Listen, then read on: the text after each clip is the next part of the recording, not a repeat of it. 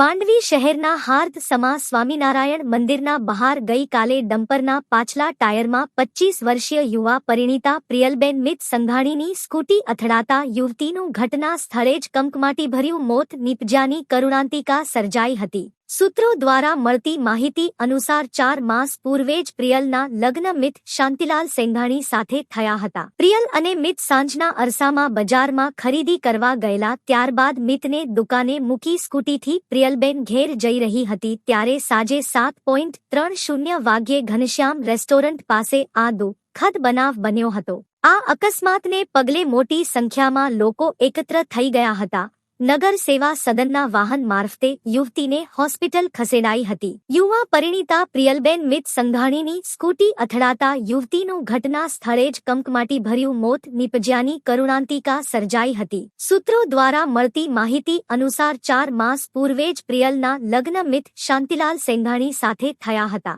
પ્રિયલ અને મિત સાંજના અરસામાં બજારમાં ખરીદી કરવા ગયેલા, ત્યારબાદ મિતને દુકાને મૂકી સ્કૂટીથી પ્રિયલબેન ઘેર જઈ રહી હતી ત્યારે સાંજે 7:30 વાગ્યે ઘનશ્યામ રેસ્ટોરન્ટ પાસે આ દુઃખદ બનાવ બન્યો હતો। આ અકસ્માતને પગલે મોટી સંખ્યામાં લોકો એકત્ર થઈ ગયા હતા। નગર સેવા સદનના વાહન મારફતે યુવતીને હોસ્પિટલ ખસેડાઈ હતી।